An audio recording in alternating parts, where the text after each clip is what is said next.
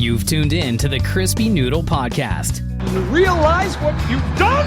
With Rich Liebig. The real gangster plays his cards, right? And Michael Costanzo.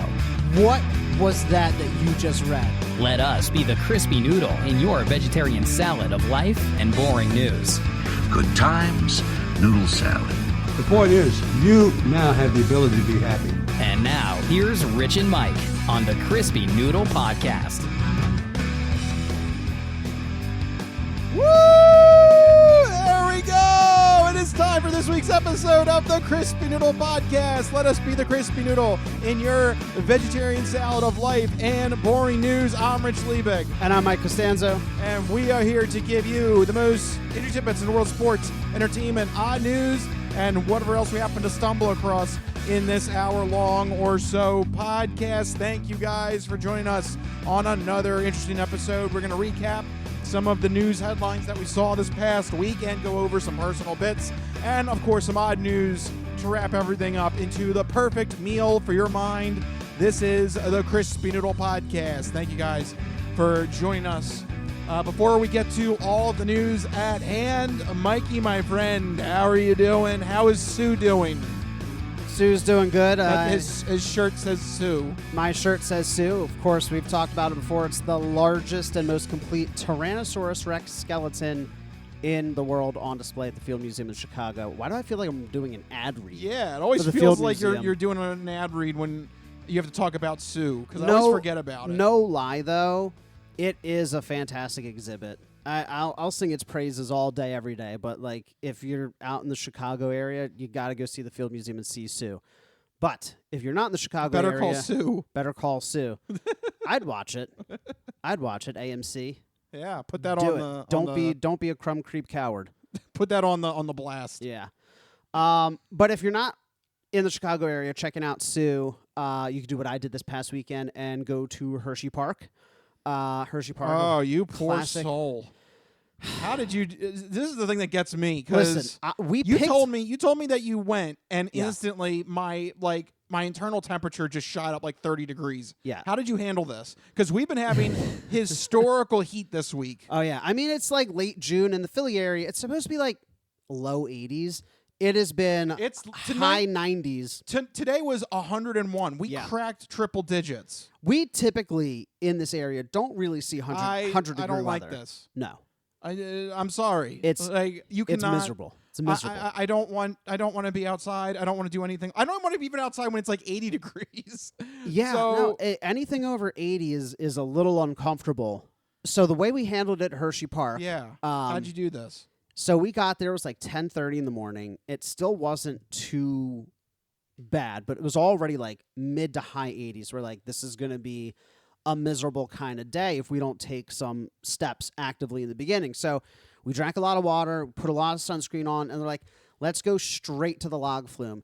We did not put on bathing suits. We did not change out of our we just rode the log flume in our regular full-ass clothes and just walked around the whole day just absolutely soaked to the bone. Take your damn clothes off. No, we didn't.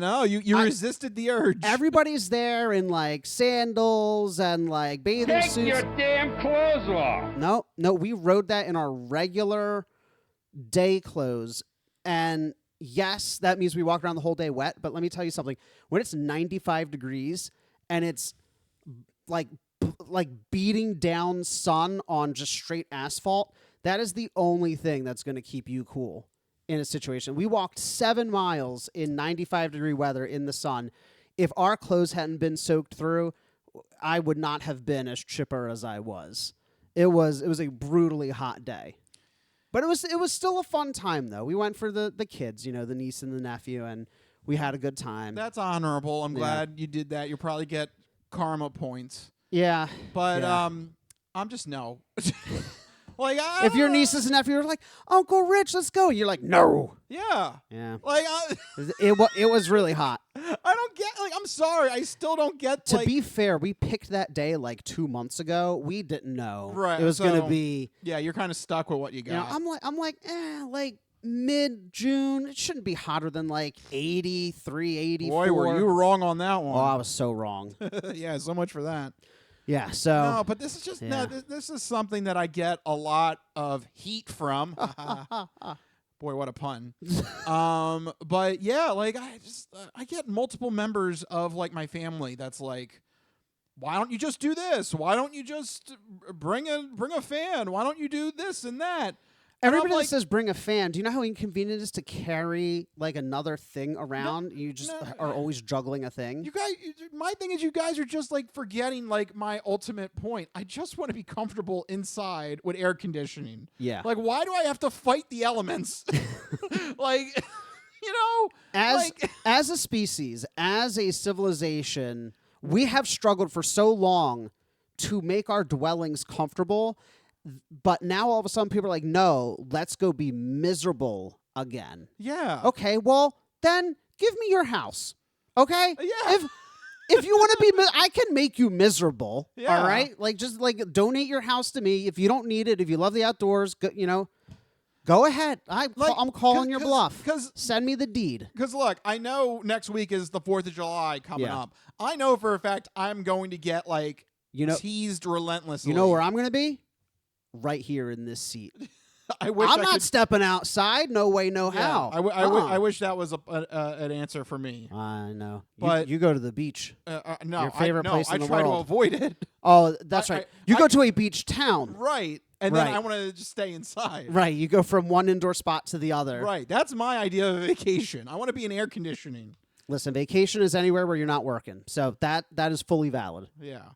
But yeah, I get teased all about it all the time. And I'm just like, why do I have to be the one that has to change what I want to do when it's supposed to be like my vacation? Like, Everybody it's my should be vacation. allowed to do what they want to do on vacation. If Yeah. you want to sit inside and do whatever you want to do, that's your version of vacation. That's totally valid. Yeah. You know? Like, I don't. So I always get teased. I know I'm going to get teased next week with 4th of July coming up. What if it rains? Because I know rain down the shore is a contentious point for my family. People get really annoyed when it rains.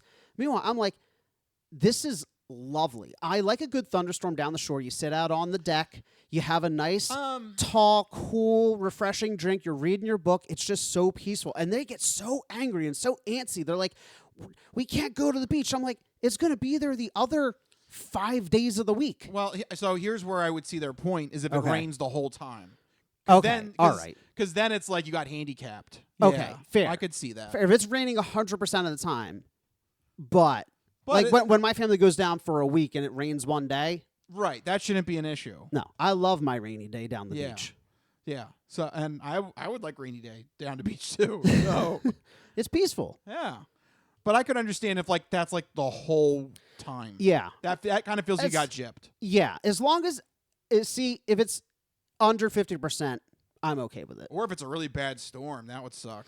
Well, Like- yeah. I mean, obviously, this version of this hypothetical storm is not like knocking down power lines Yeah. and like we're not sitting around with candles. Right. you I don't know. want this to be Karate Kid 2 where we're all like hiding in a cave or something. No. This is just a regular. So one of us has to run out and save a girl that's randomly stuck on a pole. What? What are you doing on the pole? That's not vacation. That's work. Daniel-san, you must go save her. Why is she on a pole? Why doesn't anybody ask the basic You know, questions? you know what I would say? I would say I'm on PTO. I'm not lifting a finger. Get the girl's parents to save her. Why the hell does this poor 18-year-old boy have to run out? How old was this girl? Yeah, where were her parents? Yeah, where are her parents? Yeah. I think that's also the part where the guy doesn't go and he gets shamed by it. And Sato's like, I don't shame remember. on you. Oh, you dishonor family. No, I don't know. I only am familiar. Chosen. Chosen. Yeah, I think that's the one. I think that's the scene too where they ask him to go save the girl and he goes, I don't want to. That's why he becomes an alcoholic in Cobra right. Kai. Right. It all makes sense now. Right. He didn't save the girl. Yeah. And you dishonor family. What a crazy twisted web of Karate Kid lore. And Daniel-san is just like, I'm on vacation. What are we doing? This poor kid goes on vacation halfway around the globe. He still has to fight and save people. Yeah. He gets threatened by Chosen. He has to save a girl in a monsoon or something. That's no fun. What the hell's happening in this I'm not saving universe? anybody on vacation. Yeah. I'm just letting people know that right now. On vacation, I'm not saving nobody. All right. Yeah. All I'm right, sorry. We've had enough. You're on your own. Yeah. This Yeah. is it. Yeah. Although I work from home, so if somebody needs saving while I'm on the clock, I'll take 5 minutes, but not on vacation. That's my time. Yeah. All right. We're on vacation. Anyway, so yeah, vacation is a contentious topic. Hershey Park is really miserable at 95 degrees. But Rich, what else have you been up to recently? Oh yeah, what was I up to? Yeah, what have you been doing? That's a good question. Other than avoiding the heat, of course. Actually, there was something I had to go outside for. No, yeah, not outside. Yeah. This weekend was our neighborhood block party, so that was cool. Okay, that's fun. Yeah, it was cool to just meet all the neighbors. You know. Did you guys like close down the street? Yeah, we got the everybody- barricades Nice, up. nice. Yeah, they had the little barricades and the road closed signed, and you were able to put up a tent in the middle of the road, and Nice. yeah, it was cool. And somebody was grilling, and Was it like a giant block-wide potluck? That's how we used to do it here in Ambler for our block parties. yeah, it was really nice. And it's good to meet your neighbors, and and we also all just lived through like a trauma in our neighborhood because we had Pico come and dig up our street like the last couple months. You guys are bonded over through adversity. We all have trauma bonding over damn Pico digging up our street. They were at it for like weeks, weren't they? Yeah, it was bad. Yeah. Yeah, it's damn Pico. Pico and PennDOT, I don't know what they're doing. They're just I gotta say those two departments. They're just like freewheeling about. I got at least Pico. I think they tried to move as fast as they can.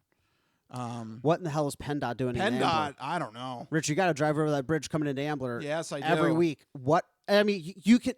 I don't know. It's been months. Yes, I don't know what they're doing.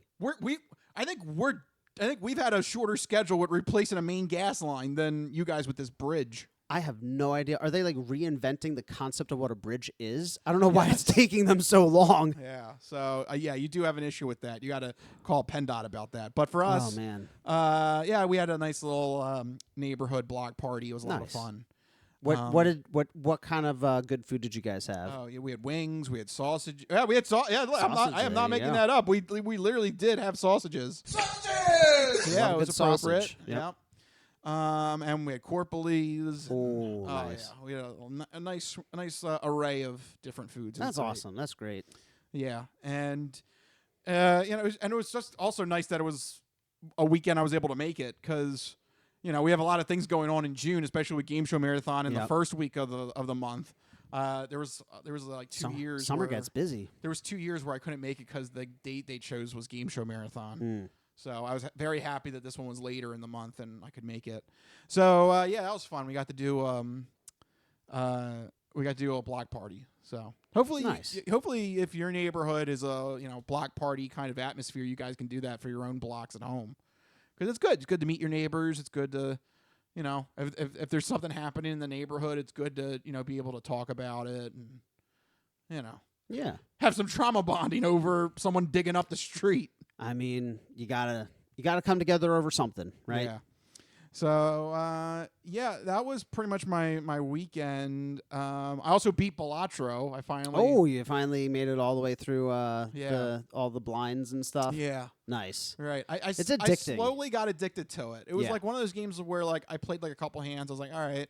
And then I don't know, this past week it was like I want to delve in more, and it just clicked. When you really dig into the mechanics and figure out all the different combinations of jokers you can have. Yeah.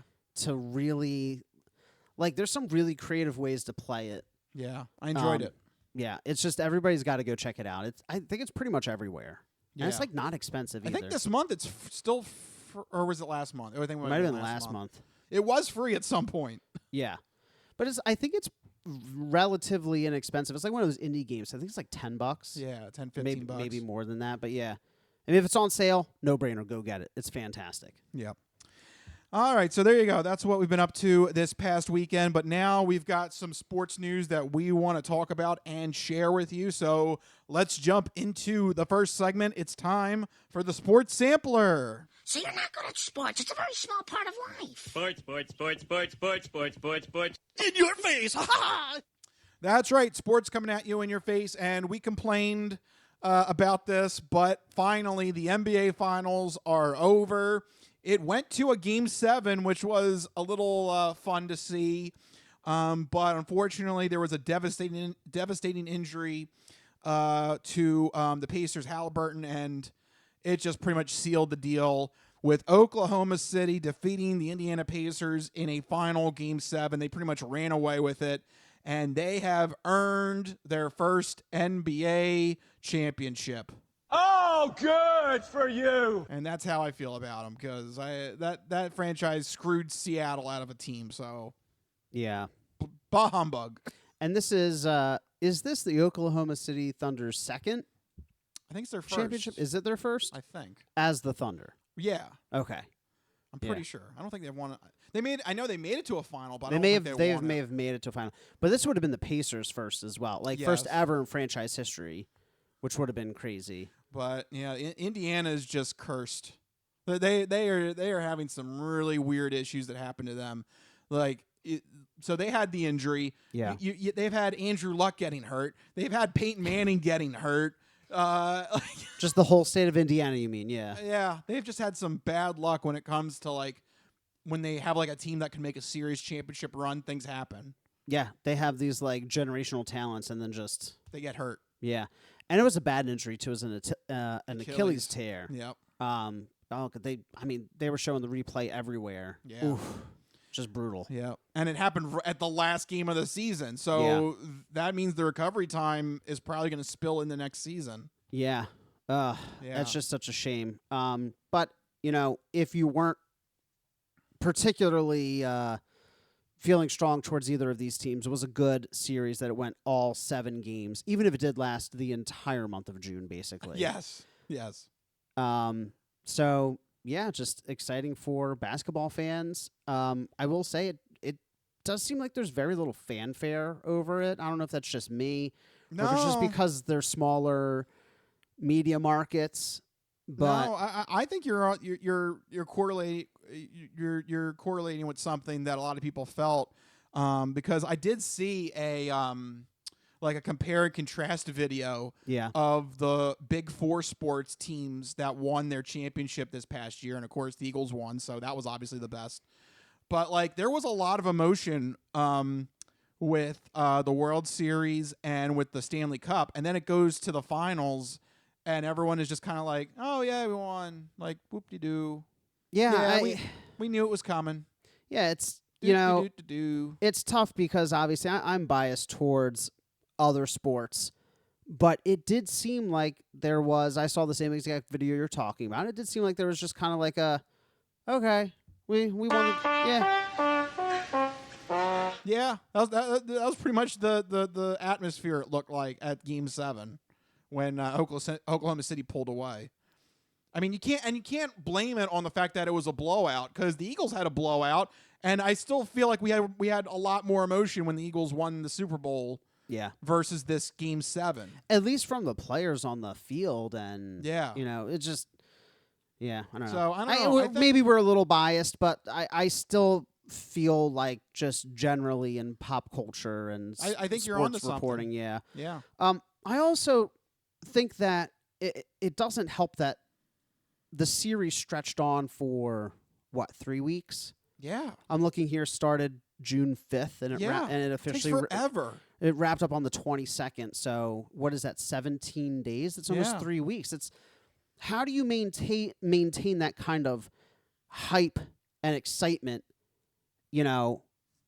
As a fan or even as a player, to be at 110% for 3 weeks straight, trying to win this one singular thing. I think what makes football so exciting is that you gear up for this one big climactic finale. But this was I'll liken it to the Lord of the Rings Return of the King, where they have 6 endings. Yeah. This was essentially 6 endings, and you're like, it's nope, not over. Oh, wait, nope, not yet. Oh, one more. Oh. How do you do that for 3 weeks straight? Yeah. I don't know. Is it just me? Is it just me because I'm biased towards football? No, I agree. This is what I complained about a couple weeks ago. I feel like you got to wrap this thing up in a week and a half tops. The first half of the series, where you have 2 games at each home stadium, that should be within 3 days, because there's not a travel day. Right. That should be 2 games within in 3 or 4 days. I don't understand why there's a big gap with some of those back-to-back home games. There's no traveling. Yeah, I'm looking at it right now. The first 2 games, there were 3 days between them. That's not how the regular season works. No.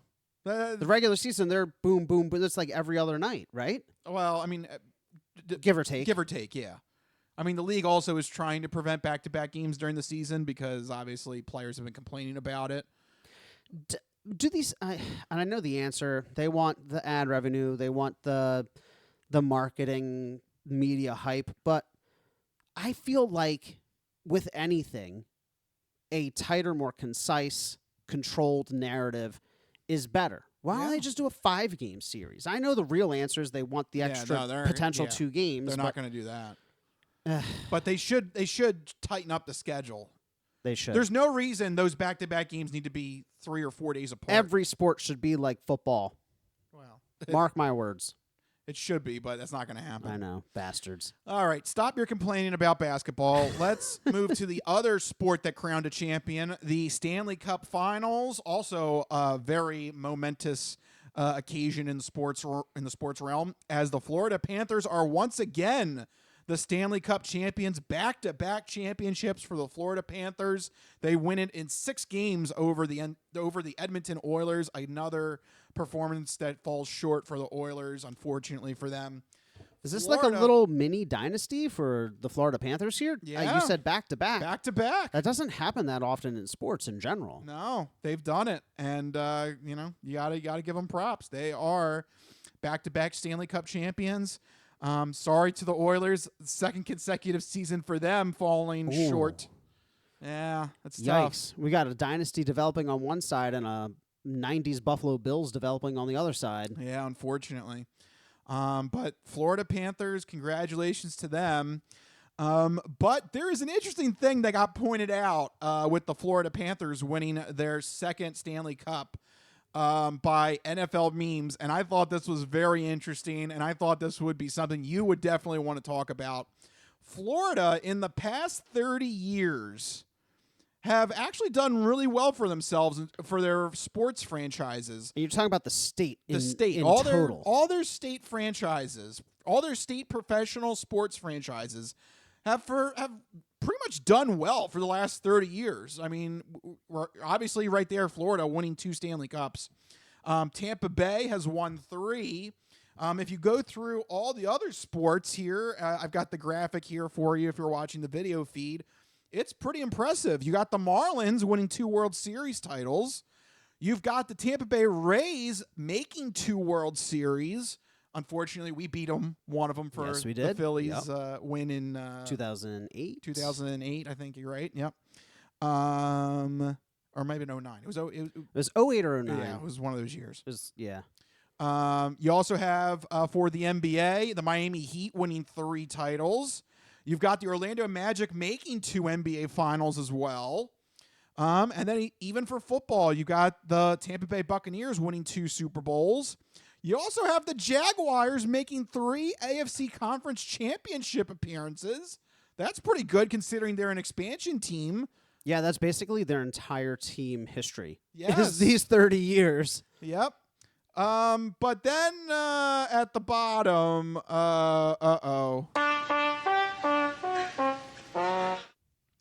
the Dolphins only have 3 playoff wins.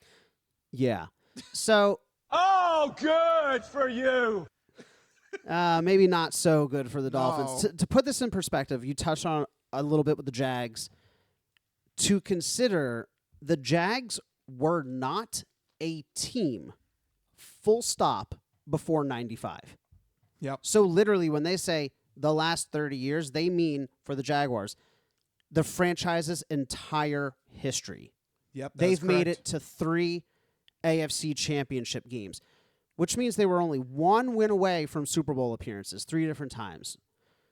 To make it to the AFC championship game, you have to win multiple playoff games. That's correct. So the point that I'm getting at here is in the Jaguars' entire franchise history of short 30 years. Not to mention a dedicated fan, too, that barricaded his door to watch that game. Do you remember that? I do remember that. We had an odd news story about a guy that barricaded the hospital door so he could Yeah. watch his beloved Jaguars in the AFC Championship game.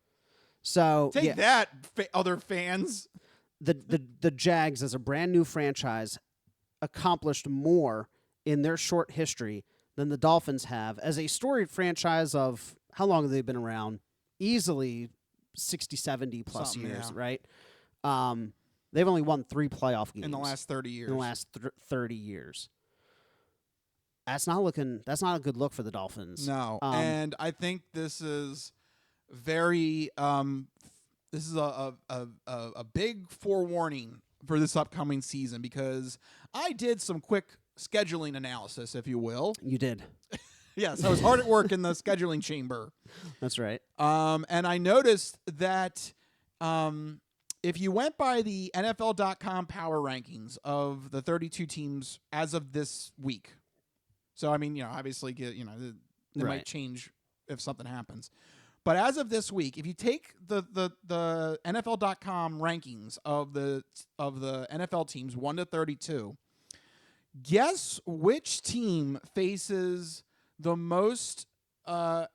Which team has the most number of games against teams that are in the bottom 10 of that power ranking this upcoming season? Well, I'm assuming that it's the Dolphins. Yes. They have 9 games Ooh. against teams that are in the bottom 10 of the NFL power rankings as of this week. That's a pretty easy schedule. So On paper, at least. So guess what?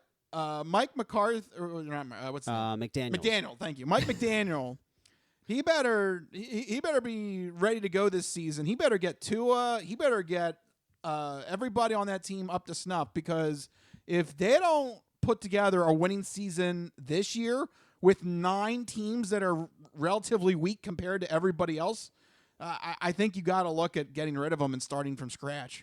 Yeah, so, traditionally, for a large portion of these 30 years we're talking about here with the graphic you had, the AFC East had been a pretty difficult division. The Jets had a few good seasons. The Patriots, of course, always at the top of the league.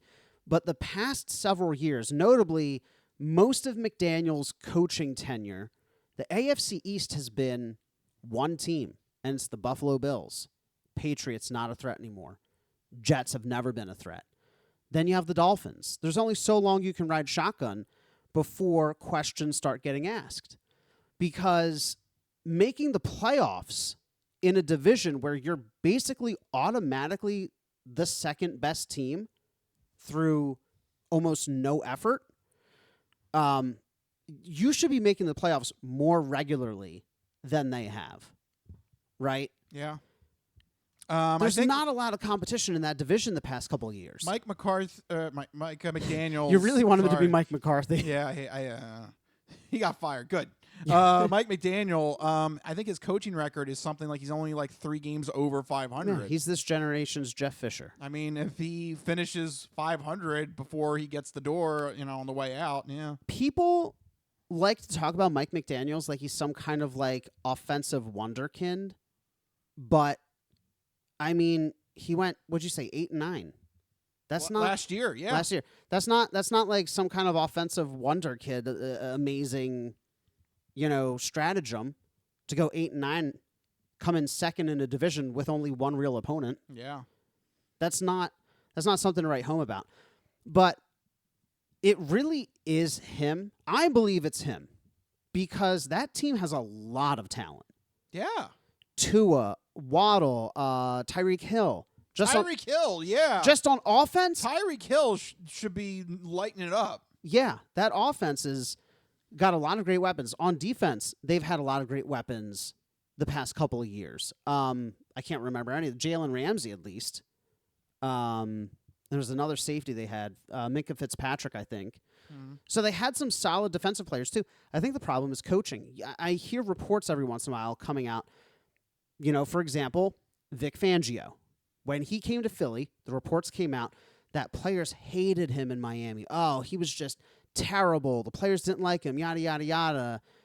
But then he comes to Philly, immediately wins the Super Bowl with the best defense ever. And so you have to think, oh, maybe it wasn't, maybe there's a larger culture issue in Miami. if they're saying this person's a problem, immediately goes somewhere else and performs the way that he did. So where does culture come from? It comes from the top down. It comes from the head coach. Listen to any of Mike McDaniel's press conferences, right? He's funny. He's a likable dude. But they strike me as a very unserious football team.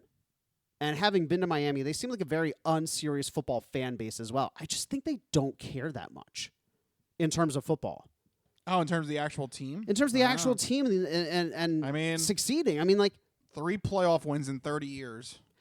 And nobody, where's the uproar? If this were Philadelphia, we'd be marching through the streets with Sirianni's head on a stick. Yeah. Come on. I mean, we were about to do that anyway last season. Oh, I know. The dude went to a Super Bowl. Then the next season, he only goes 11-6, and we're like, we should kill him. Like, that was literally people were like, he's the worst coach that's ever walked on this earth. Yeah. I mean, and we were 2 of them, kind of dissing on Sirianni. Well, some of the play calls were very head scratching. Last year, or not last year, the year before was rough. Yeah. That just goes to show you that I don't think Miami is a very serious football city. And I think that like bleeds throughout the entire organization in the locker room. And Mike McDaniels is the perfect coach for ushering around this team that doesn't really care. Well, with those numbers in this chart mentioning Florida sports in the last 30 years, it is very just eye-opening. That is a huge discrepancy that the Dolphins, they're not even matching up with the Jaguars well. Yeah. Like, come on, man. And again, the Jaguars were a brand new franchise. Like, they didn't have any kind of history or pedigree, or they were completely new to it. And they still somehow made it to 3 AFC championships. And in that same time, a long-storied franchise like the Dolphins only won 3 playoff games. Whoop-de-doo. Yeah. So, yeah, but this just, for me, I don't know why I'm taking this opportunity to just rag on Miami. They just seem like a very unserious football city. Well, no, because I have a feeling. I think this is a do-or-die year for Mike McDaniel. I think if this team goes south again, there's no other excuses. When you have the player talent and you have the easy division and the easy schedule, the only thing that remains is coaching. Yeah. So there might be a head on a platter this season if the Dolphins don't have success this season. Let's get into this. I know you want to talk about it, and I know it's not the only head on a platter. Yeah, we love talking about how bad the Browns are. So why not mention Shadur Sanders? He got into a little bit of traffic trouble here. Yeah, little bit is an understatement. So rookie quarterback Shadur Sanders, of course, we talked about the draft slide ad nauseum. And he seems to not have mellowed out at all or taken that moment to reflect and try to do things a little bit better or maintain the ego a little bit. Instead, he's been cited twice for speeding violations in 1 month. You betray the law! Yeah, and we're not talking like, 5 or 10 miles an hour over the speed limit. He was cited first for doing 91 in a 65-mile-an-hour zone. And then, this is the real kicker, 101 miles an hour in a 60-mile-an-hour zone. 41 miles an hour over the speed limit. I'm talking to you, kid. I'm going to make your mother go, woo, woo, woo. On top of that, he also failed to appear for arraignment for the first citation. So, it's just...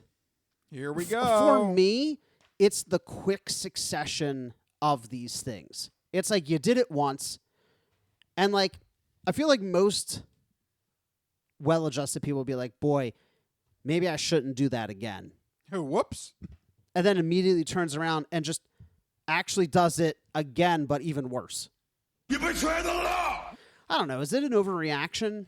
It's been making a lot of headlines. I think the story that they're trying to get at is that this is emblematic of an individual that's not taking things seriously. If it was anybody else, I don't think it would be a story, but coming off of the fact that he fell so far in the draft because of the expectations that are being placed on him, I feel like this is like the perfect storm to mix the crap up here for him. the 31 other GMs looking at this story and going, that's why we didn't take you in 4 straight rounds. Yeah. Because And the Browns, too. They passed on him. They only drafted him as the second quarterback in the 5th round. yeah, 32 teams all passed on him. could you imagine spending a top 5 pick on somebody who immediately turns around and gets 2 speeding citations in 3 weeks? Yeah, and doesn't show up for the first And doesn't show up citation. for the first one? Yeah, that's a misstep. Is that franchise quarterback attitude?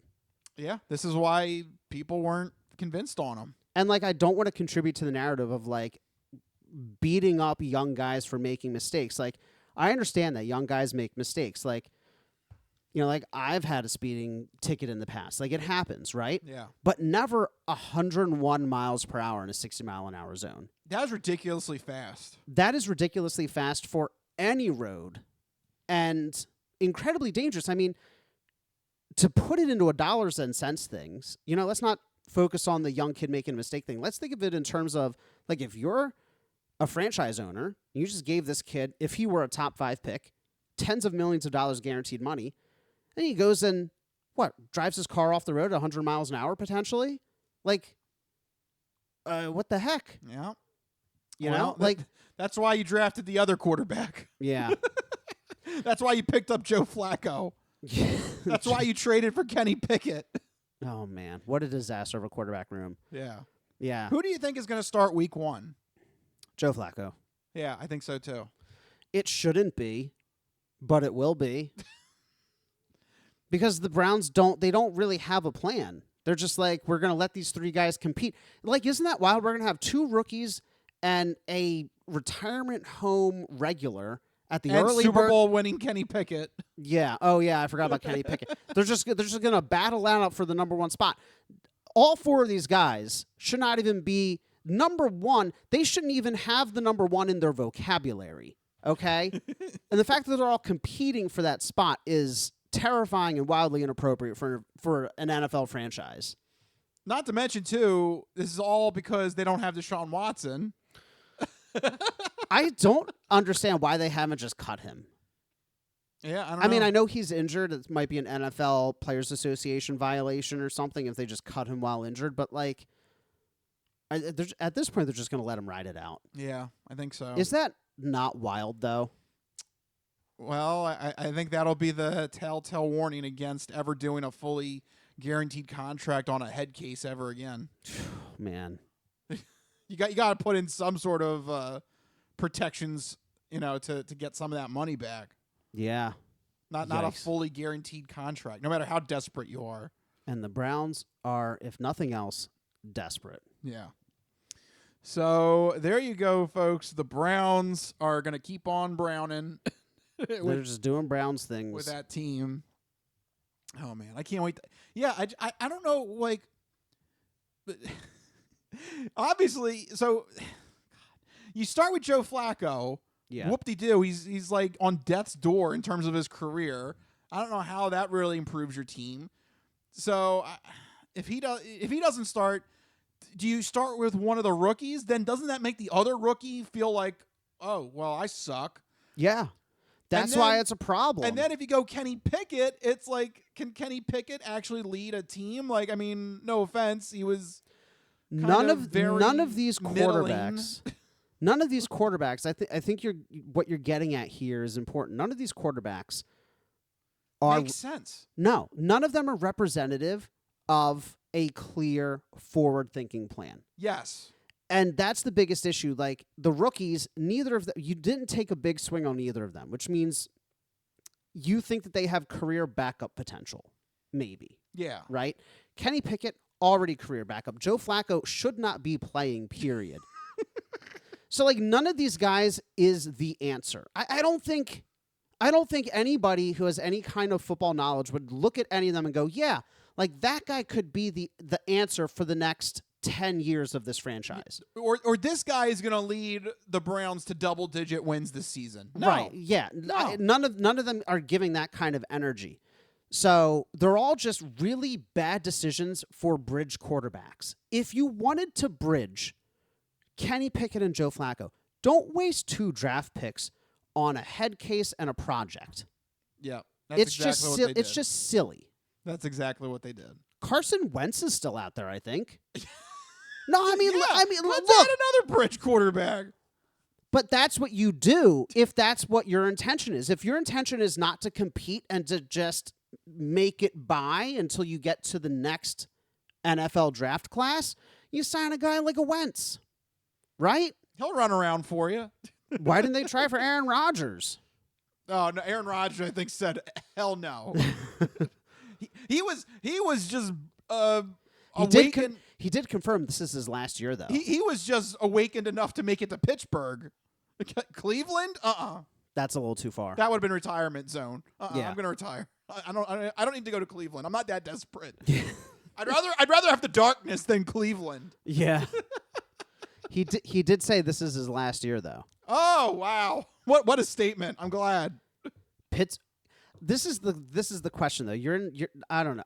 I hate to sidetrack to Pittsburgh, but imagine you're in their strategy and planning meeting. All the coaches and executives, they go, well, this is it. This is the one singular year we're absolutely Gonna win. We're knocking on the door of the Super Bowl. Did you see the Eagles? You think you're that close? Shut up, Pittsburgh. Yeah, you have 6 of them, but you guys are high in your own supply. You're that close that Aaron Rodgers is going to be the one to push you over the edge? Okay. Sure.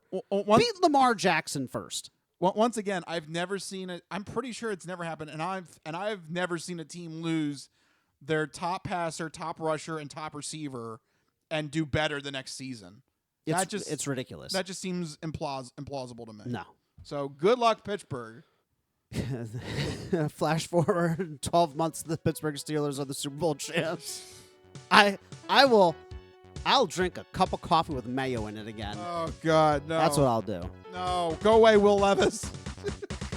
All right, well, that's enough sports for right now. We're going to take a break, but don't go anywhere because we still got the entertainment entree, and then we're going to hit you with the non-fortune cookie odd news. So we still have plenty more shows still to come. We'll be right back. This is the Crispy Noodle Podcast. We'll be right back.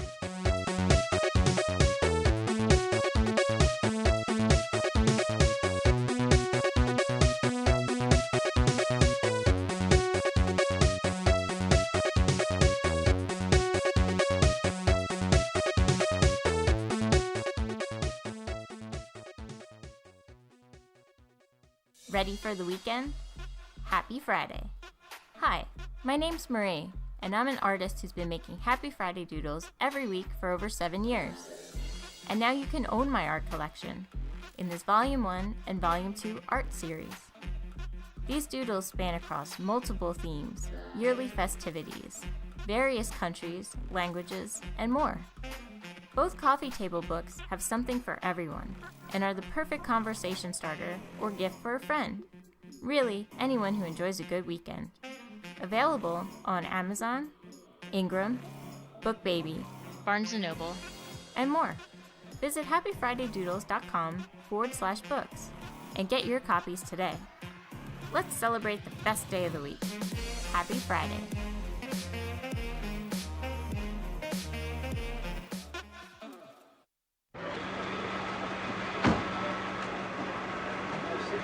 Just a moment, you just assured me that I could speak. Sit down inside the car. We're not assuring anything. We're under arrest. Look, I'm under what? Gentlemen, this is Democracy Manifest. Have a look at the headlock here. See that chap over there? Get your hand off my penis! This is the bloke who got me on the penis before. Get some cups. Why did you do this to me? Up in the car. Get some cups. For what reason? What is the charge? Eating a meal? A succulent Chinese meal? Oh, that's a nice headlock, sir. Oh, yes. I see that you know your judo well. Good one. And you, sir, are you waiting to receive my limp penis? Now, get your hands off there. No, we've only got one cup. Ta-ta and farewell. That's all right. Just get him in the car. One cup, look. They even broke.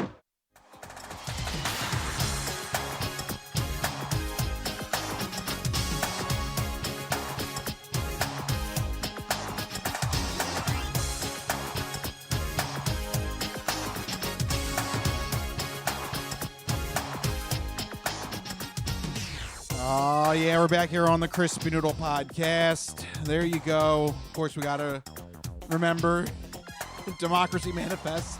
Hall of Fame entry here at the Crispy Noodle podcast. A legend. A legend. Yep. High up in the rafters. Yep. High up there. Yes. You guys can't see it, but they're up there. Yeah, that's right. You can't see it on I the don't know podcast. what they are, but they're up there. They're up there. The Hall of Fame of the Crispy Noodle podcast. All right, let's get to the second part of our show. It revolves around movies, TV, and video games. It is time for the entertainment entree.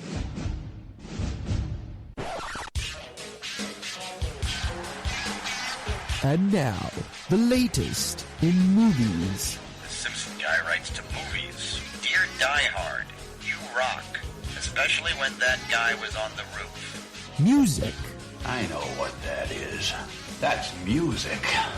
Video games. I'm Commander Shepard, and this is my favorite store on the Citadel. Celebrities. You really know Warren Beatty? Yes, I do. I took a leak next to him once at the Golden Globes. And more. You were the all-singing, all-dancing crap of the world. This is the entertainment entree. All right, we are officially in entertainment entree territory.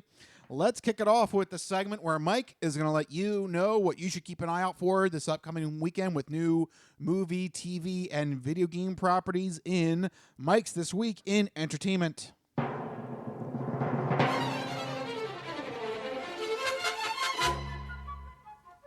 All right, Mikey, what do you got for the people at home? All right, well, first up in movies, F1 The Movie is a new sports racing drama coming to theaters this week.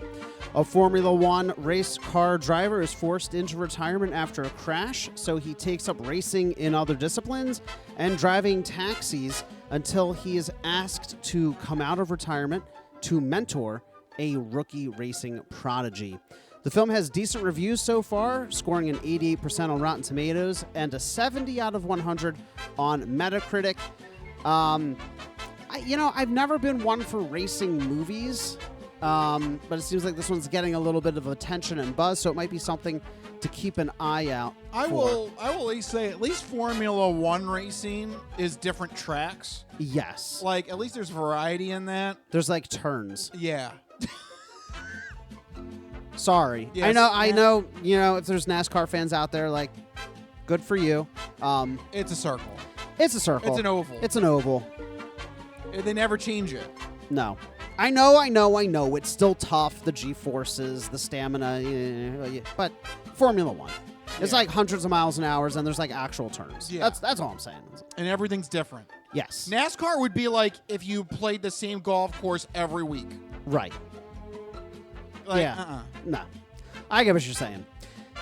In television, we're just going to leave it at that. In television, Ironheart premieres this week on Disney+. Riri Williams, introduced in Black Panther Wakanda Forever, is a teenage inventor prodigy who is developing her own Iron Man-like armor suit and takes on the villain known as the Hood. This is a mini-series. There's no season 2 confirmed yet, so it's expected this is just a standalone. But it's actually the official final project in MCU's Phase 5 before Fantastic Four kicks off Phase 6 this July. What? This is the final Phase 5. What was Phase 5?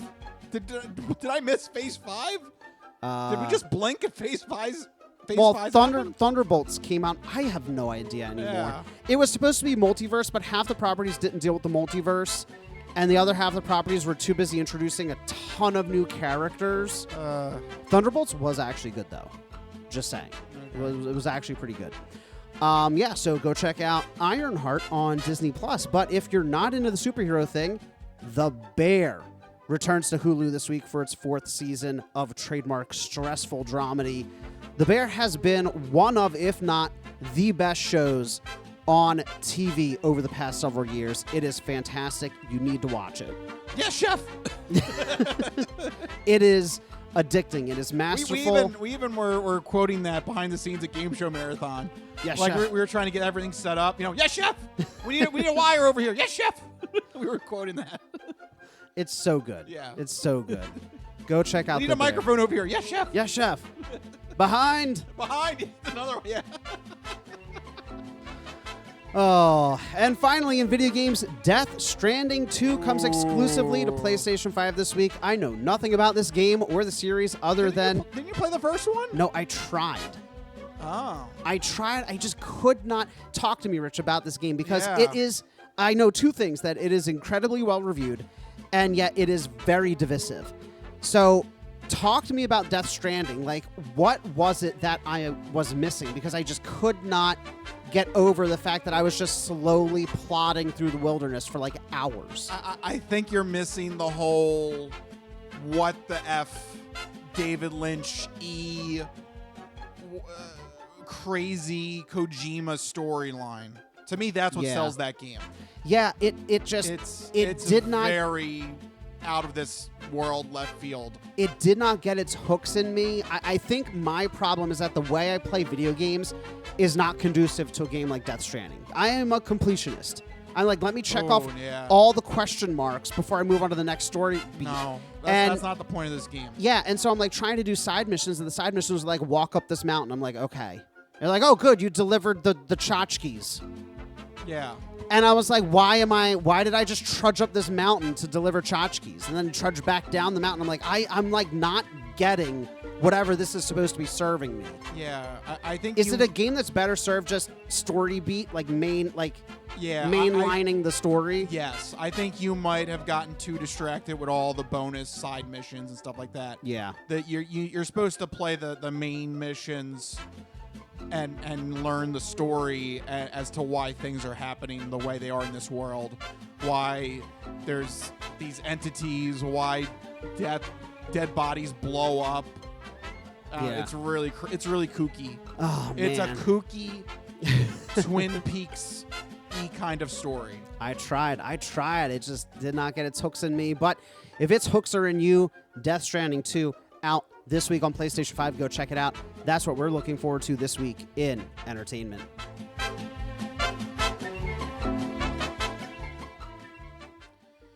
Yeah, I've been hearing, because this is actually a game I've circled on my video game calendar, and I've been hearing that this game is one of those games where if you like the first one, you're gonna love the second one. So it's got stellar reviews so far. Yeah. So if you're looking forward to it, yeah, like right now it's got like a 90 on Metacritic. It's one of the highest rated games.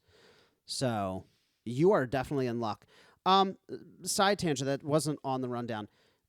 Death Stranding is one of those games where I feel like I just completely missed something, and it's kind of like not the biggest black mark on my gaming resume, but definitely something from the previous generation that I'm like, damn, like I feel like I missed out on like a cultural touchstone moment in the PlayStation 4 generation.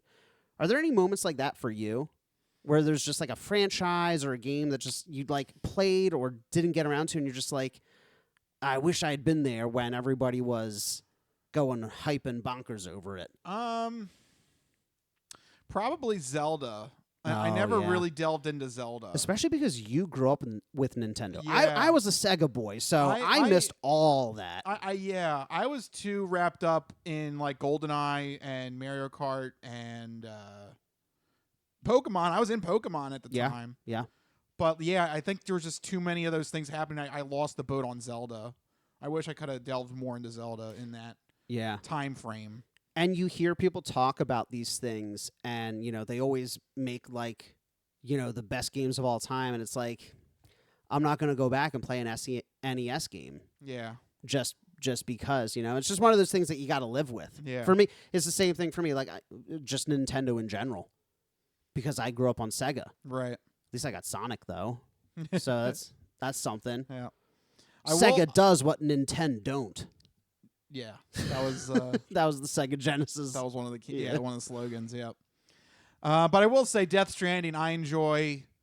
A lot of people do criticize it that it's basically just a delivery simulator in the apocalypse. It is. You're an Amazon delivery driver a little bit. Yeah, and I can understand that aspect of it. But the story I think pays off. The story is not one that I've. It is very open to interpretation. It is just one of those you just go in with an open mind and you just absorb whatever what's his name, Kojima's throwing at you. Yeah. Like it's just one of those stories, and you just allow yourself to be washed by what he's throwing at you. You enjoy Very it. appropriate because there's a lot of water symbolism in the games, right? The washing. And Yes. The if you're stuck in a rainstorm, you age and you die. I don't know why that mechanic it creeps me out, and it's interesting. I don't know. I was like, what is this game? Time rain. Yeah, it's like weird time rain. I do remember that from the opening hours. And I played up to like one boss fight. I don't know. Like from what I remember of the reviews at the time, like the gameplay is like so, and it is the story that really is the driving force behind it. Yeah. Yeah. To me, that's the selling point. I don't know. Maybe at some point I'll find time to go back to it, but at this point, it's I'm still trying to make my way through Indiana Jones. I've been on kind of a gaming hiatus. Maybe what would be appropriate is you find one of those like a recap video, movie video game videos where they like just cut scene. They put together all the cut scenes into like a movie or something. Yeah, and you watch it that way, and then you can get ready for Death Stranding 2. Maybe might have to look into something like that. Yeah. But speaking of movies, we did have a main topic here in entertainment about a legendary movie, Jaws, turning 50 years old. I like to kick, stretch, and kick. I'm 50. 50 years old. That's right. Jaws is 50 years old. What a milestone. I did not realize that it was that old, but yeah, 1975, so officially turning 50. Came out this past week if you were back in time. June 20th, I think, was the official release date. Yes. 1975. And Jaws was a monumental moment in movie history when you really think about it. The significance of it for three big reasons. First, the kind of advent of the summer blockbuster, like the concept of the summer blockbuster. It was the first kind of real money-making movie in the summer. Right. And it was, I like to call them popcorn munching, soda swilling movies where you go in and it's like, you just know what a summer action blockbuster movie feels like. Yeah. It kind of pioneered that concept. But also Steven Spielberg. Yeah. I mean, launched his career. I know he did stuff before and after, obviously, but Jaws really was the thing that launched him into superstardom. And then the third and less talked about thing, the fascination with sharks. I mean, would we have Shark Week and Sharknado and all this other... This one website calls it Sharkploitation. Fascination and or fear. Because Yes. a lot of people, to this day... My fiance. Still will not go in the ocean after they see Jaws. My fiance can't even look at sharks. We went to the National Aquarium in Baltimore, and she waited in the lobby for like 45 minutes as I ran through the shark section because she just couldn't do it. She did the rest of it, but she just couldn't do that part of it. But yeah, it made sharks. I mean, what other aquatic animal do we devote that much attention to? Yeah, I don't know. Yeah. None whatsoever. Jaws came out, and everyone's like, oh my God, we should have a whole week for this thing. Yeah. Yeah, I can't think of another one. So, all right, let's talk about Jaws. Let's talk about those 3 points. Jaws,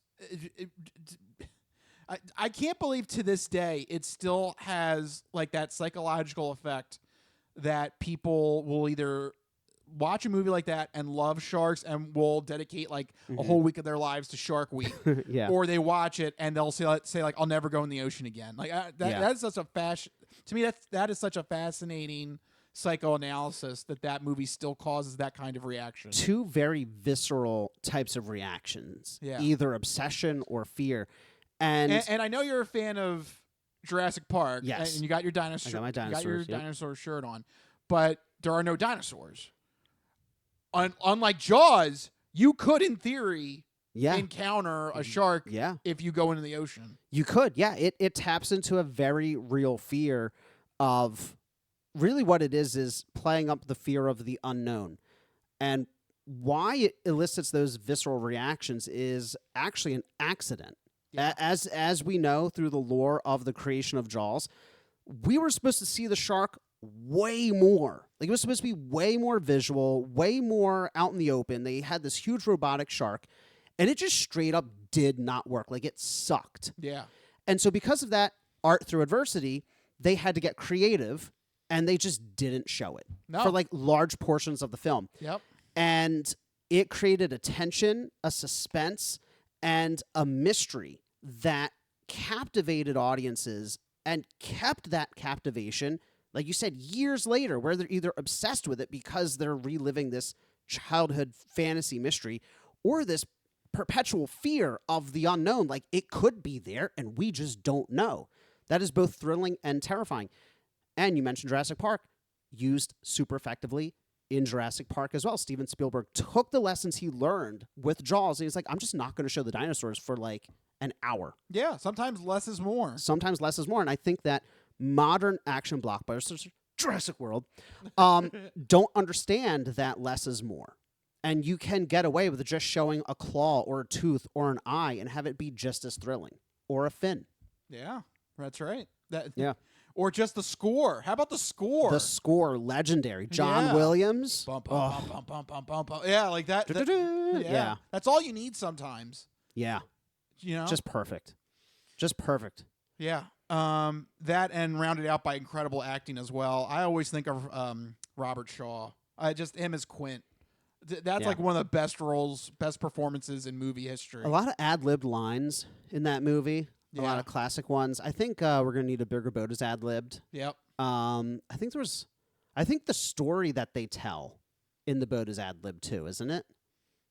You're talking about when Quint's talking about the Indianapolis sinking? I can't remember exactly. I think so, though. I think. Well, that's not ad-lib. That's based on a real ship that sunk in World War II. But was it in the script that way, or I don't know if it was in the script, but that was based on a real ship that sank in World War II. Right, where the sharks ate all them. Yeah. Yeah. That was based on a real incident. Yep. Yeah, but I mean, like you said, acting fantastic. I always liked the line where what is it? Is it Cooper's the sheriff, right? Or who's the... Oh man, I can't remember. Yeah, Richard Dreyfuss's character. I forget his name. When he's trying to show that he can be a part of Quint's crew on the boat, Quint just grabs his hands. He looks at him and he just goes, "What? You got city hands. You've been counting money all your life." I don't know why. City hands. I don't know. That always sticks with me. I love that line. You got them city hands. You've been counting money all your life. It's a good line. It's a good line. Yeah. You ain't gonna survive on this boat.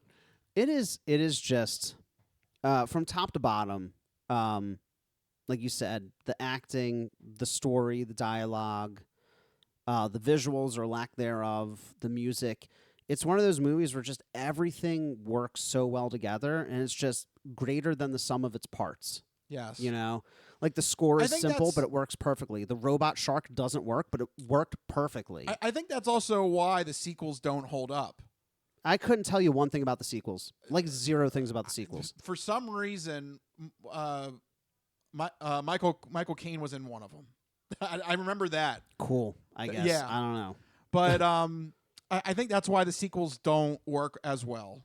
Because it is, like you said, it's the perfect sum of its parts. Yeah. If you just isolated the shark, it wouldn't be as effective. If you just isolated the boat and the characters on the boat, I don't know if it sells enough as a drama or it's a perfect storm. It's a perfect storm. Right. Everything coming together. Yeah. Is what makes it better than the sum of its parts. Yeah, that's why we're still talking about it 50 years later, and it's why it's hard to replicate.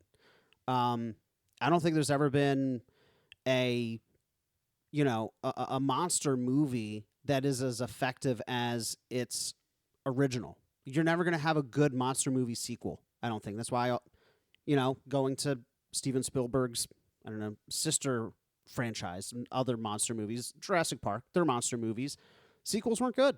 Yeah. None of them have been. Yeah. None of the Jaws sequels have been good. It's really hard to recapture that magic, and you really only get one shot at it. And movies like Jaws and Jurassic Park that just nail that mystery and that tension, once it's out of the box, you can't bottle it back up.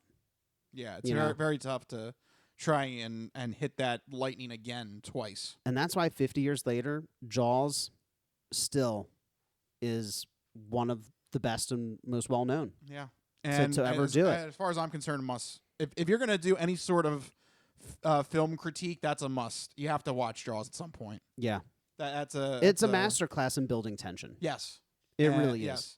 is. So you have that factor and the fact that it has cemented its place in movie history, and everything that pop culture history. Yeah, pop culture history, and just being the first kind of summer blockbuster movie as well. I mean, we hardly touched on that. Yeah, it changed the way movie studios looked at movies. They're like, oh wow, we can do like these tentpole films that in the summer. Yeah, in the summer. A summer. lot of people kind of thought, summer people are going to want to do other things. Right, they want to go out and picnic and go to the beach. Well, whoops, not until this movie. Not anymore. But yeah, that was another thing too. Yeah, people poured money to movie theaters in the summer because of flicks like this. Yeah, changed the way that movie studios and distributors approach release schedules and how they pay for movies and what they think will be successful. Just the impact on movies, pop culture, and all of the above can't be understated. Yeah. Or can't be overstated, sorry. Well, there you go. If you are feeling nostalgic, go watch Jaws at some point and honor the 50th anniversary of that movie. And if you haven't watched it, how dare you? Go watch it immediately. That's your homework. All right. On that note, let's leave the entertainment world and go into our third and final portion of the show. It's time for the non-fortune cookie odd news. We've been talking about cool and its ramifications and how it applies to the hip scene. But maybe you could give us some examples now of the opposite of cool, uncool. Just exactly what is uncool? My nipples look like milk duds. Holy shnikes. It's time for the non-fortune cookie odd news. It's not of this world. I don't know exactly what it is or what it's doing, but this is not human intelligence, okay? It's not human intelligence we're facing! How you doing? Me? I'm doing great. Manda de bastata. I don't make this stuff up. I'll take a pound of nuts. That's a lot of nuts! That'll be $4, baby! You want fries with that? I seen the celery dance across the baseball fields. You had me at Meat Tornado. No, go past this. Past this part. In fact, never play this again. Okay. What does that mean? And now it's time for the non-fortune cookie odd news. So sit back, get everything you need to get from the kitchen. Be sure and empty the bladders. Go to the bathroom because you're in for a hell of a ride.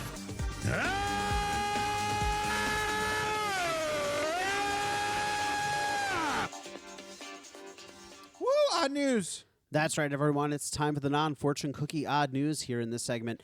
Rich researches the news, he reads the news, and I react to the news. He finds a weird and wacky story and keeps it hidden from me, which ensures that all of my reactions are my genuine gut reactions to hearing the story for the very first time. I don't know what's about to happen. You guys don't know what's about to happen. And even Rich doesn't know what's about to happen because these stories always take us down wacky and wild paths. Where are we going? In this story, we're actually going to Iowa. What? Yeah, how do you like that? Changing it up. Iowa? Iowa. Nothing happens in Iowa. What state? Iowa? Yeah, that's right. That's an inside joke. Well, this is a very interesting story. We're going to talk about the case of 21-year-old Brianna Laird. Okay. Good old Brianna Laird. Young kid? Yep, young kid. And I guess she wanted to create some patriotic headlines of herself. Oh, no. Because she decided last Monday morning at 4 in the morning to strip naked, steal American flags, and wear them as clothes. Something just came over me, and I took my clothes off. Woo! Yeah, America! She was just feeling so patriotic. She just needed to be as close as she could be to the flag. Oh, yeah. You know? Oh, boy. Yeah. It's about to get all stupid up in here! That's actually a violation of the flag code. Really? Shouldn't it be? Yeah. You cannot use the flag as a form of clothing. Right. Isn't that like double she's actually crime? Unpatriotic. She's actually a communist. she's a terrorist communist. Yes. Secret spy. It's true. It's a fact. Well, this did happen. Iowa cops were dispatched at 4:25 in the morning. That's way too early. They got a call about a nude female stealing American flags in a town called Bussy. Bussy? Apparently, it's a city that's 60 miles from Des Moines. Okay. Yeah. So this is, Bussy. Bussy. I feel like they're trying to say like that's bussin'. But not quite. It's No. Bussy. You're of the quality, but not quite. Like Bussey. Yes. Rich, this town has 380 people in it. Woo! Yeah, let's go crazy. Here we go. Oh, man. Something just came over me and I took my clothes off. What else are you going to do in a town of 600 people? I don't know. You got to make a name for yourself. No. Not 600. 300. Or 300, sorry. It's a small town. 300. Well, Sorry, 387 to be exact. Bussy, Iowa. I guess that's the only thing to do there. Yeah. It's just steal flags. And get naked. Why not? Yeah. That sounds good to me. Something just came over me and I took my clothes off. This town literally has like 8 streets. There's only one road coming into it. So literally she's stealing all 8 flags. Yes. I think she ran around the entire town. That's amazing. There's a bookstore, though. Well, I hope they don't have a flag because it's gone now. That's crazy. Okay, so Bussy, Iowa. Yep. And this is 21-year-old Brianna Laird. Cops found Laird with various American flags tied around her head and her waist as if they were underwear. Oh, boy. God bless America. Something just came over me and I took my clothes off. So she's like actually like tying them around like different. It's just like flag, flag, flag. She didn't like throw it over her like a sheet. No, she's like trying. actually fashioning clothes out of them. But apparently some of them are falling off because she only was able to get her waist and her head. So And she's missing a few pieces. Yeah, definitely missing the chest area. Yeah. That's a dead giveaway. The boobies are out. The boobs are out. That's the only patriotic thing she's done. That's American right there. Let those boobies fly. This is America. It's the land of the free and the home of the boobs. Yes. When she was confronted by the cops, she also gave the cops a fake name and kicked 2 of them in the balls.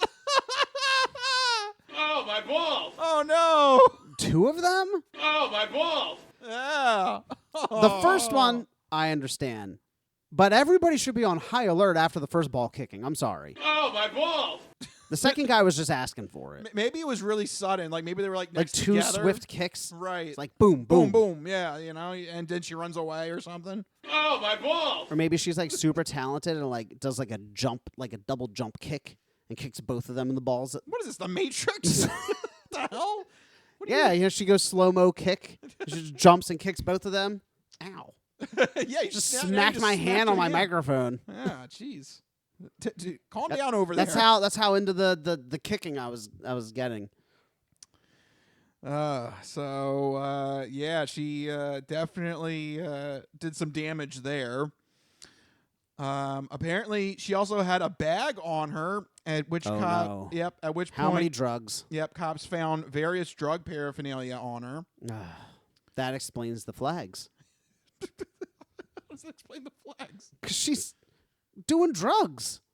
But why flags? I don't know. Actually, it doesn't explain the flags. I'm just proud to be an American, even when I'm high. I'm proud to be an American. Where at least I can make clothes out of the flag. I can take my drugs and steal some flags from my neighborhood. And I proudly run up and down the single street of my town that's called Bussy. It's right outside of Des Moines.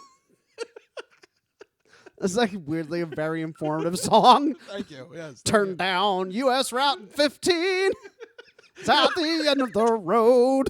You'll find a crazy lady. She's naked with flags. If you go past her, you'll find pussy. And I proudly stand up next to you and kick you in the balls.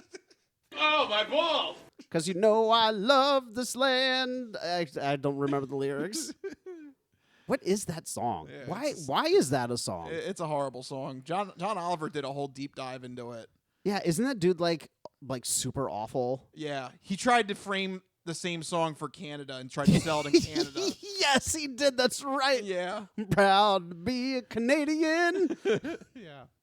Like, no, dude, you can't do that. No. Sell out. Yeah. So, anyway, this girl, she's like young. Yeah, 21. she's only 21, yeah, but she's doing some damage here. She's living a hard life in Bussy at 21. Yeah, drugs, flag stealing, and ball kicking. Yeah, she's going crazy. Okay, so here are the charges.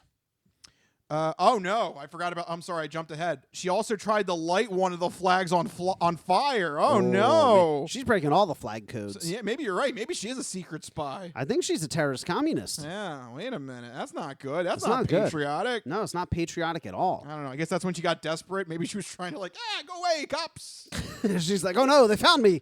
Quick, light the evidence on fire. Yeah. But the evidence is her clothing. Yeah. So, as a result, here are the full charges that she got. She has been charged with arson because she lit the flag on fire. Yeah, yep. Assault because she kicked the 2 cops. That makes sense. Indecent exposure. She was naked. She did have her boobs out. Theft. She stole the flags. Yep. And possession of drug paraphernalia. Wow. So she did it all. Yeah. She got 5. Assault, arson, indecent exposure. I mean, she's Theft batting 1,000. And possession of drug paraphernalia. The only thing she didn't do was like breaking and entering. I also don't know if this is just the cops. Maybe just like they had to deal with her and like they forgot. But later, then they actually put the charge of desecration of a flag. They were just like, oh, wait, that's right. Oh, wait a minute. Like, hold on. We didn't get her for quite enough charges. I love that. The police report says, and later she was charged with desecration of a flag. They were too busy icing their nuts to think about it. They couldn't think straight. Yeah, did they get back to the police station and they were writing up the formal list and was like, wait a minute. Wait a minute. I know what this is. What was the first thing that she did? What was the very first thing that she did? Wait a minute. It took them a minute. It's a Yeah. small town. Right. 380 people. 80 of them are probably cops. 2 of them are probably cops. 2 of them. Yeah. So that came later. So then they got her with desecration of a flag. And she is locked up in the county jail on a $4,000 bond. That is her bond sentence, and can't apparently doesn't have enough to pay for it. So she is in the county jail as of right now. Dang, that sucks. I guess for her. I don't know. Just what a spree. She did everything you could possibly do. Yeah. The only thing she didn't do was break into somebody's house. I kind of wish she waited a week. That would have been appropriate for 4th of July. You could have passed it off as being patriotic other than the flag burning. That's right. Yeah. And the actively assaulting the cops and Yeah. There's a few unpatriotic things in there. Maybe she could have fashioned the flags and maybe look like the Statue of Liberty or something. Yeah. You know? She could be like, this is not disrespectful. It's a 4th of July costume. Yes. I'm honoring America. That's a thing that people do, I guess, is they dress up for 4th of July. I don't know. Right. And Amazon couldn't send me flags, so I had to run out and get other people's flags. I'm just borrowing them from the neighbors. I'll put them back. Yeah. Yeah, come on. They're not using them. No, they're just fluttering out there. Yeah, what the... They're not going out in the morning and saying the Pledge of Allegiance when they come out. That's right. Okay. What the heck is that guy's name? BasilMarceau.com. BasilMarceau.com. Yeah. And yes, the .com is part of his name. Yes. That was his official mayor platform. Everybody go outside and say the Pledge of Allegiance. If he was elected, everyone has to go outside, look at a flag, and say the Pledge of Allegiance every morning. So her neighbors weren't doing that. They weren't doing it. The flags were just fluttering, being useless. Right. So literally twisting in the wind, doing nothing. So I'm going to take them down and make use of them. Yeah. To honor America. See, I'm going back and forth between patriotic and unpatriotic because now that makes it sound patriotic. That she wants to take the flag and actually use it. Make a costume, yeah. Yeah. She was going to be the Statue of Liberty. There you go. I have her defense case. Yeah. I mean, that's actually beautiful. She can make the case. The neighbors were just leaving the flag to wither away in the weather. The wind. The wind, all the W's. I took them and I gave them shelter. I brought them close to my bosom. Yes. My heart that beats for the love of this country. And that is why I enrobed myself with the very colors that represent this great nation, Your Honor. I should be given the Medal of Honor. Yes. That's what she should say. Yes. Thank you very much. Peace out. That legal advice was like several $100s, by the way. Yes, thank you. Little, what's her name? Something. Brianna. Baird or something. Brianna Bussey. No, Bussey's the town. Oh. Brianna Laird. Laird. Make checks payable to Michael Costanzo. Yes. Also, I love the fact she's doing this at 4:25 in the morning. That's either too early or too late. Yeah. Are you ending your day or is this the beginning of your day? Anything that happens between the hours of like 1 and 5, it's like either too early or too late. And I don't know which one it is, and it's concerning. I would say 3 to 5. 3 to 5? I think. Okay, one might be, one's normal. Sometimes I stay up till 1. Yeah, that's true. I'll go 3 to 5. I think 3 to 5. That's no man's land. Yes. That's like everybody should be asleep. Right. The whole world everywhere. That's like the international reset line. Yes. The day officially starts and ends. Right. Ends and starts. Those 2 hours, there should just be nothing happening in the world. Right. But the world collectively goes into a comatose state. But this lady, man, she was out there. Yeah. It was 4:20 something in the morning. Smack dab, too. 4:25 a.m. So what are you doing, lady? Is this if that's the end of her night, whoa. If that's the beginning of her day, also whoa. Like both of those things are not okay. Right? Yes, but I want to know which is which. Was it the I don't know. She seems to have a lot of energy because she's running around stealing these flags. I'm calling her right now. That's the end of her day. Really? Yeah. I don't know. I think it's the beginning because you think she woke up at 4 a.m.? She's like, let me go freaking crazy immediately upon waking up? No. It's time for me to honor America. The alarm goes off. It's time for patriotism. That's what I do on the 4th of July. I wake up at 4 a.m. I go, God, I just love America. I'm going to go steal my neighbor's flags. And strip naked. Whee! Have sexual relations with the flag. I don't know. I think it's the end of her day. You think it's the end? Oh yeah. Okay. You think it's the beginning? I don't know. I have no idea. Again, this is no man's land. I have no idea. It could go either way. Right. And she's right in the middle. Right. She's smack dab in the middle. Yeah. If it were like if it were like 3, then I'd be like, okay, definitely ending the day. Right. If it were 5, definitely beginning the day. Right. But she really is in that perfect spot where you really don't know. Yeah. Why is that? That should have been a question that was asked by the cops. The cops are just icing their balls. They weren't thinking. They missed the flag thing. Oh, my balls! They're sitting back at the station with like big bags of peas on their nuts, and they're just like, wait a second, the flag. Oh, my balls! That is true. They forgot to actually charge her with the desecration of a flag. The reason that they got called out there. Yeah. Right. The reason they were called out in the first place. Listen, the town's got 380 people. All right? I'm just saying. Probably not a crack squad. Yeah, they don't got the smartest. Actually, right. The guys that showed up are the only guys. Probably the only guys that are working at 4:25 in the morning. They were probably asleep. Yeah. Got woken up to go to this call, and then were promptly kicked in the balls. They're like, I should have stayed in bed. God damn it. It's a terrible way to start the day. Yeah. Well, there you go, folks. That is the true case of 21-year-old Brianna Laird. That is... she is proud to be an American. In Bussey, Iowa. Not Idaho. Iowa. Bussey, Iowa. What a town. What a town. What a town. That is a town. Bussey. I know. Yeah, you're right. That sounds like bussin'. It's a terrible name. Yeah, that's a horrible name. Because it either sounds like bussin' or it sounds like another word, which I don't think we're allowed to say on the podcast. I mean, I don't think you want to get into it. No. Because, yeah, there is another NSFW term. Yeah. Yeah, let's not get into that. You guys can put 2 and 2 together. Yeah. Yeah. On that note, Iowa, change your city name. That's a bad name. Get on that stat. Just go bussin'. Just go bussin'. Full bussin'. And you can make it like a whole ad thing, like, come to bussin'. It's bussin'. I don't know about that. That was... Well, what's their slogan now? I don't know. That just fell flat. Come to Bussy or be a...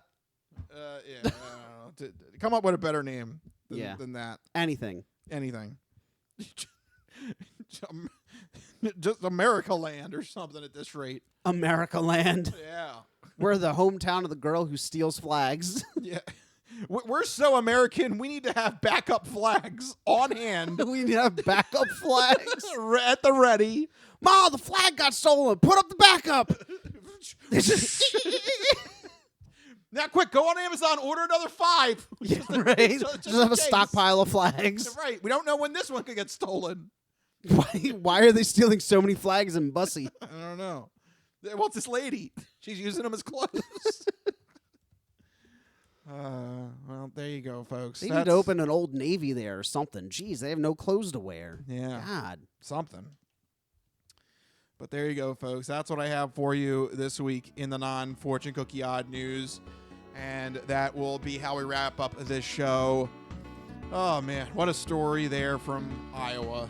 Bussy, Iowa. Bussy, Iowa. Woo. Watch out. Yeah. They're putting themselves on the map. They're trying. Yeah. We're trying to, and we appreciate all of your assistance in trying to do that for our little show. So thank you guys for watching, listening, and supporting our show. If you like what you heard, make sure you go to our website, thecrispynoodle.com. Make sure you follow us on all the social media, Hubble But most importantly, make sure you have a way to get the podcast sent to you every week. We have 2 main ways to do that. First one is on our YouTube page. Go to Crispy Noodle Podcast on YouTube and hit that subscribe button so that you get the podcast sent to your YouTube account every week. It'll just go right into your YouTube account page, and you'll be able to watch us on YouTube, whether that's on your phone, whether it's on a TV, whether it's on a computer. Just put on the Crispy Noodle Podcast on YouTube and watch us there. Or the second main way is we put the video podcast up on Spotify, and you can watch our show there, but you can also put Spotify on in the background and listen to us as an audio-only podcast. And using Android Auto or Apple CarPlay, you can take us on the go with you. So if you're driving, if you're trying to find flags to use as clothing, you can take us on the go with you and be entertained as you're driving around Iowa or wherever you're at, trying to find the clothes that you need. That's right. The Crispy Noodle Podcast is great flag stealing content. That's right. But if you want to get in touch with us individually to share your sports, entertainment, or odd news stories, you can find us on Blue Sky. I'm at Mikey Costanzo, MikeyCostanzo. And I am at Rich Liebig, RichLiebig. Find us on Blue Sky and let us know if you want us to talk about something specific on a future episode of the Crispy Noodle Podcast. But for right now, we're going to wrap this one up. This has been the Crispy Noodle Podcast. Let us be the Crispy Noodle in your vegetarian salad of life and boring news. That'll do it. We'll see you guys next week. See you guys. Later. Bye-bye, all you fine peoples. Good night.